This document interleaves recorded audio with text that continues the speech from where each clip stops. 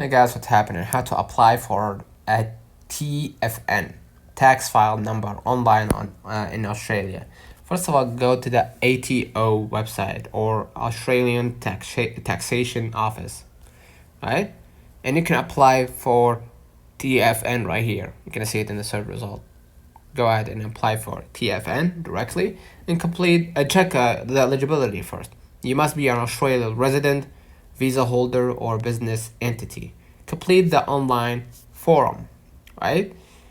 Enter personal details like name, DOB, and ID info. Submit and note reference. After submission, you will receive a reference number and wait for your TFN. It will be sent via email within 28 days. So, pro tip, apply early to avoid tax delays. Let us know in the comments if this video helped you. Do not forget to like and subscribe. Thank you for watching.